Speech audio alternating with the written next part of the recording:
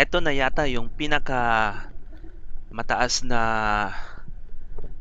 diving time na nagawa ko sa isang bayang or yung tinatawag naming giant tubleron or batfish. Dito tayo sa spot sa Dulho, Panglao, Bohol. Ang terrain ng spot na to ay cliff or kantilado. Sa drop na ito ay siguro mga around 13 or 14 meters lang ang lalim.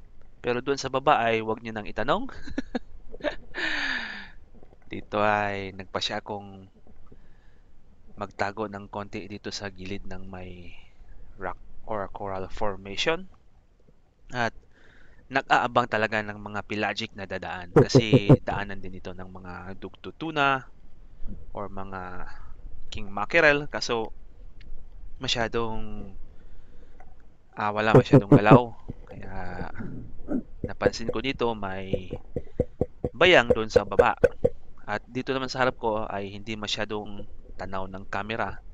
Isang trevally or tinatawag nilang putian, sa amin ay samin-samin. At doon nakapwesto ang bayang sa baba. At may dumaan pang 4 na maliliit na dugtutuna kaso doon lang sa baba dumaan. Hindi talaga lumapit sa atin. At medyo maliliit pang size kaya ang bayang ay umakyat. Nagulat siguro sa dugtut kaya pag daan niya sa aking harapan ay tinira ko na. Ayun, umuusok. Parang LSC, paikot-ikot.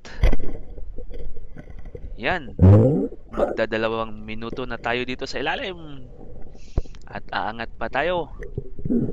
At hinawakan ko na lang yung line para hindi na siya bumaba sa ilalim. At maangat na natin ng mas madali kaysa sumabit pa dun sa baba. At nagpaangat na ako ay nandito naman yung dive buddy ko na si Danny. At sinalubong niya ako to check na okay lang yung aking kondisyon. Kasi kadalasan kasi ganyan naba-blackout mga around almost at the surface na tapos nagba-blackout kasi naubusan na talaga ng oxygen sa katawan. So dapat talagang may dive body tayo para safety yung ating mga ginagawang pamamana. At yun yung unang isda ko. Nakahuli ako agad ng bayang. At dito naman ay another bayang. Puro bayang lang yung huli ko dito. Nakita ko yung isang bayang na nagpapalinis dun sa gilid ng cliff or dun sa may ledge ng napansin kong hindi siya masyadong active or hindi niya napansin ang aking pagbaba or paglapit sa kanya dahil nagpapalinis siya. At nasa medyo may bandang likuran ako ay tinutukan ko na. At nang makakuha ng range, ayun, gitik. Sapol ang isang bayang. Ayan sumama na talaga tuloy sa shaft. Tagos sa bibig. Hindi na nakalaban at hindi na nakagalaw. At yan, yung kaganapan ng dalawang bayang sa araw na yan. Masarap din yan sa inihaw, kaya tinira ko na.